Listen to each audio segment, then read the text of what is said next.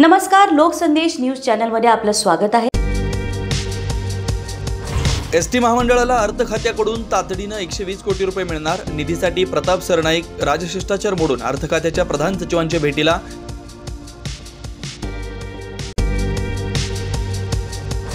शासकीय कर्मचाऱ्यांप्रमाणे एसटी कर्मचाऱ्यांचा पगार करा, महामंडळाचे अध्यक्ष सरनाईकांची मागणी।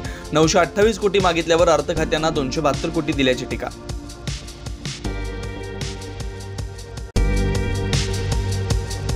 महिला, ज्येष्ठ आणि दिव्यांगांना दिलेल्या सवलतींचा उत्पन्नावर परिणाम, एसटी कर्मचाऱ्यांचा पगार कपातीवर अर्थमंत्री अजित पवारांचं भाष्य। कर्मचाऱ्यांवर आंदोलनाची वेळ येऊ देऊ नका, चोळींचं आवाहन।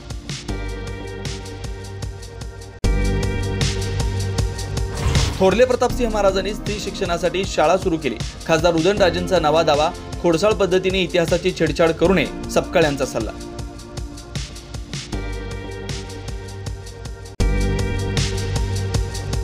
शिवरायांचा स्मारक अरबी समुद्राऐवजी राजभवनात व्हावं, खासदार छत्रपती उदयनराजे भोसले यांची मागणी। स्मारकाबाबत शहा फडणवीसांशी बोलल्याची माहिती।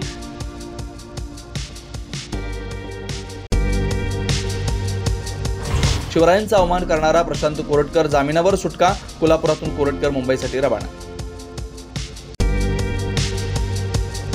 दीनानाथ रुग्णालयाप्रमाणे पुणे बनावाच्या माता मृत्यू अन्वेषण समितीचा अहवाल सादर, तर तिसरा अहवाल लवकर सचिवांकडे सादर होणार, सूत्रांची माहिती।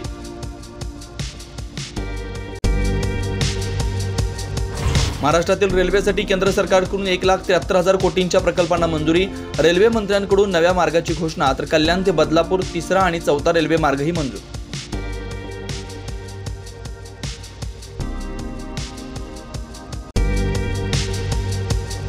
नारायण राणेंना अटक केलेलं क्षण आजही मोबाईलमध्ये सेव्ह, ज्या दिवशी परतफेड करेन त्याच दिवशी व्हिडिओ डिलीट करणार, मंत्री नितेश राणेंचा इशारा। छत्रपती संभाजीनगर शहरातील महिला छेडछाडीला कंटाळल्या, उच्च भागात बाईकवरून येणाऱ्या तरुणांकडून छेड, तर बारामती तरुणाच्या त्रासाला कंटाळून 16 वर्ष मुलीची आत्महत्या।